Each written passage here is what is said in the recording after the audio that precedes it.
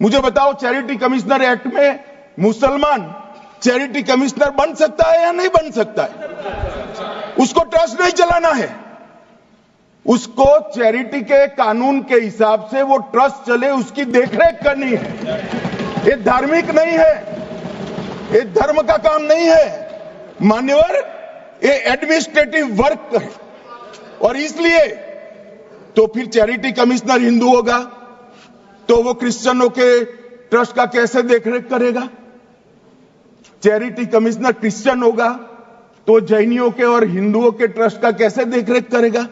अब बताओ कि सारे ट्रस्ट के चैरिटी कमिश्नर अलग अलग बन, देश तोड़ दोगे आप लोग, तोड़ दोगे। हमने साहब, मैं अभी भी आपके माध्यम से, इस सदन के माध्यम से देश भर के मुसलमान भाइयों बहनों को कहना चाहता हूं, आपके वक्फ में एक भी नॉन मुस्लिम नहीं आएगा। ये एक्ट में ऐसा कोई प्रावधान नहीं। मगर जो वक्फ बोर्ड है और वक्फ परिषद है, उसका काम क्या है? वक्फ की संपत्तियां मान्यवर बेच खाने वाले लोगों को पकड़कर इसके बाहर निकालने का। वक्फ के नाम पर औने पौने दाम में संपत्तियों को 100-100 साल तक किराए पे देने वाले लोगों को पकड़ना है। वक्फ का जो पैसा होता है, इनकम जो गिरती जा रही है, जिसके माध्यम से माइनॉरिटी का विकास करना है, माइनॉरिटी को आगे बढ़ाना है, इस्लाम धर्म की सारी धार्मिक संस्थाओं को पुख्ता करना है। ये पैसा जो चोरी होता है ना, उसको पकड़ने का काम वक्फ बोर्ड, वक्फ परिषद करे। और मान्यवर, वो चाहते हैं कि इनके राज में जो मिलीभगत चली वो चलती रहे। ये नहीं चलेगी, ये नहीं चलेगी। और मान्यवर, मैं आज आपको बताना चाहता हूं क्या स्थिति हुई है। मान्यवर, सबने कहा, रिपीटेशन भी होगा, परंतु मैं कहना चाहता हूं मान्यवर कि वक्फ के 2013 में जो अमेंडमेंट्स आए, अब बिल किरण भाई का है, मगर मैं कह सकता हूं कि वक्फ का 2013 का अमेंडमेंट न किया होता तो ये बिल लाने की शायद जरूरत न पड़ती। सब कुछ अच्छा चलता था, 14 में चुनाव आने वाला था, 13 में रातों रात तुष्टीकरण करने के लिए वक्फ कानून को एक्सट्रीम बना दिया गया। और मान्यवर, इसके कारण क्या हुआ? इसके कारण दिल्ली लुटियन की 123 वीवीआईपी संपत्ति कांग्रेस सरकार ने जब चुनाव मुहाने पर थे, 25 दिन दूर था, वक्फ को देने का काम कर दिया। दिल्ली वक्फ बोर्ड ने उत्तरी रेलवे की भूमि वक्फ के नाम घोषित कर दी। हिमाचल में वक्फ की संपत्ति बताकर उस पर अवैध मस्जिद बनाने का काम किया। 250 हेक्टेयर क्षेत्रफल वाले 12 गांव पर वक्फ का स्वामित्व हो गया तब तमिलनाडु में। और मान्यवर, तमिलनाडु के 1500 साल पुराने तिरुचेंदुरई मंदिर की 400 एकड़ भूमि को वक्फ की संपत्ति घोषित कर। ये जब मंदिर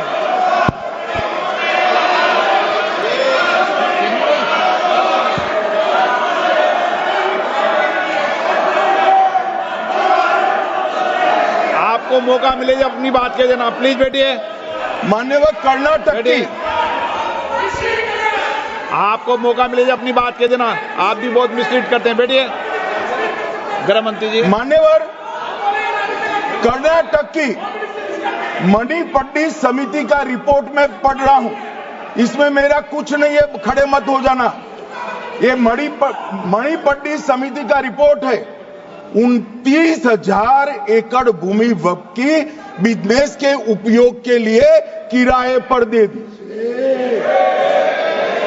मान्यवर, 2001 से 12 के बीच 2 लाख करोड़ की वक्फ की संपत्ति निजी संस्थानों को हस्तांतरित कर दी 100 साल की लीज पर। मान्यवर, बेंगलुरु में उच्च न्यायालय में बीच में पड़ना पड़ा, 602 एकड़ भूमि को जब्त करने से रोकना पड़ा। विजयपुर कर्नाटक के होनवाड़ गांव की 1500 एकड़ भूमि पर दावा कर उसको विवाद में डाला और 500 करोड़ की संपत्ति जिस भूमि का मूल्य है वहां 5 स्टार होटल को महीने 12,000 रुपए के किराए से दे दिया। अब मान्यवर ये कहते हैं कि इसका हिसाब किताब न करो, इसकी देखरेख न करो। भाई ये पैसा जो है देश के गरीब मुसलमान का है, ये गन्ना सोटों की चोरी के लिए नहीं, ये इसको रोकने के लिए। और इनके जो ठेकेदार बैठे हैं मान्यवर, ये यहां गरज गरज कर बोलते हैं, खुद तो समझे बगैर बोलते हैं, कुछ समझ कर बोलते हैं। उनको लगता है कि इससे हम जीत जाएंगे। मान्यवर, कर्नाटक में दत्तापीठ के मंदिर पर क्लेम किया, तालीपरंबा 75 साल पुराने एक दावे के आधार पर 600 एकड़ जमीन का दावा किया और ईसाई समुदाय की भी ढेर सारी जमीनों पर कब्जा कर लिया गया। मान्यवर, आज देश के कई गणमान्य चर्च और चर्च के समूह वक्फ बिल का समर्थन कर रहे हैं। उनको लगता है कि इसका विरोध कर हम मुस्लिम भाइयों की सिंपैथी जीतकर अपनी वोट बैंक पक्का करेंगे, उसमें कोई फायदा नहीं होगा अखिलेश। इसलिए कि 4 साल में मुस्लिम भाइयों को मालूम पड़ जाएगा कि कानून तो उनके फायदे में है। और इसके साथ ये दक्षिण के सारे जो सांसद बोल रहे हैं, अपनी अपनी कॉन्स्टिट्यूएंसी में सारे चर्च को मान्यवर नाराज कर रहे हैं, उनको पता नहीं। सारे चर्च को नाराज कर रहे हैं। सारे चर्च ने रिजोल्व किया है कि हम खिलाफ इसका हम समर्थन करते हैं। मान्यवर, तेलंगाना में 66,000 करोड़ की 1700 एकड़ जमीन पर दावा कर दिया। असम में मोरीगांव जिले की 134 एकड़ भूमि पर दावा हुआ। बिहार का मैं लालू जी के कोर्ट के साथ बाद में बताता हूं। गुरुद्वारा से संबंधित हरियाणा की 14 मरला भूमि को वक्फ को सौंप दिया। और मान्यवर, प्रयागराज में चंद्रशेखर आजाद पार्क को भी वक्फ घोषित किया। और मान्यवर, महाराष्ट्र के वडानगे गांव में महादेव की मंदिर पर दावा किया और बीड में कंकलेश्वर मंदिर की 12 एकड़ जमीन वक्फ बोर्ड ने जबरन ले ली। मान्यवर, ये सब जो चल रहा है, इसमें आज भी मैं स्पष्ट करना चाहता हूं, वक्फ जो कि मुस्लिम भाइयों की धार्मिक क्रियाकलाप और उनके बनाए हुए दान से ट्रस्ट है, उसमें सरकार कोई दखल करना नहीं चाहती है। मुतवल्ली भी उनका होगा, वाकिफ भी उनका होगा, वक्फ भी उनका होगा। परंतु वक्फ की संपत्ति, इसका रख रखाव ठीक से हो रहा है नहीं। वक्फ का संचालन कानून के हिसाब से हो रहा है, निजी उपयोग के हिसाब से। सैकड़ों साल पहले किसी बादशाह ने दान किया, हमारी भाषा में कहो तो धर्मादा किया। अब इसकी संपत्ति को आप 12,000 रुपये में 5 सितारा होटल बनाने के लिए दे देते हो, ये उचित है क्या? भाई वो पैसा गरीब मुसलमान के कल्याण के लिए करिए, तलाकशुदा महिलाओं के कल्याण के लिए करिए, जो अनाथ बच्चे हैं उसके कल्याण के लिए करिए। मानिए, और ये करने की जगह बेरोजगार मुसलमान युवाओं के लिए स्किलिंग का काम करिए। लाखों करोड़ों रुपए की भूमि मान्यवर और इनकम 126 करोड़ रुपया।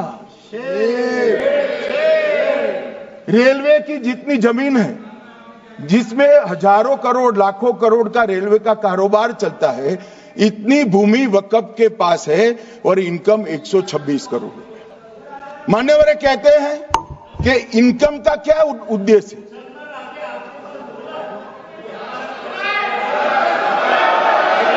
बैठ जाओ।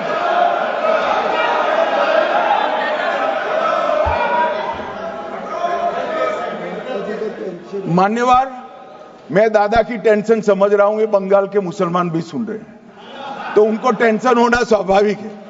मान्यवर, लालू प्रसाद जी, आज आरजेडी के सारे सदस्य बोले, जब 2013 का अमेंडमेंट आया, मैं लालू जी का तो पूरा पढ़ना चाहता हूं, बाकी सदस्यों का सिर्फ टोकन पढ़ूंगा। लालू जी ने क्या कहा? मैडम, सरकार जो यह संशोधन विधेयक पेश किया है, सरकार की पहल का हम स्वागत करते हैं। शाहनवाज हुसैन जी और अन्य माननीय सदस्यों ने अपनी बातों को यहां रखा, मैं उसका समर्थन करता हूं। आप देखिए, सारी जमीनें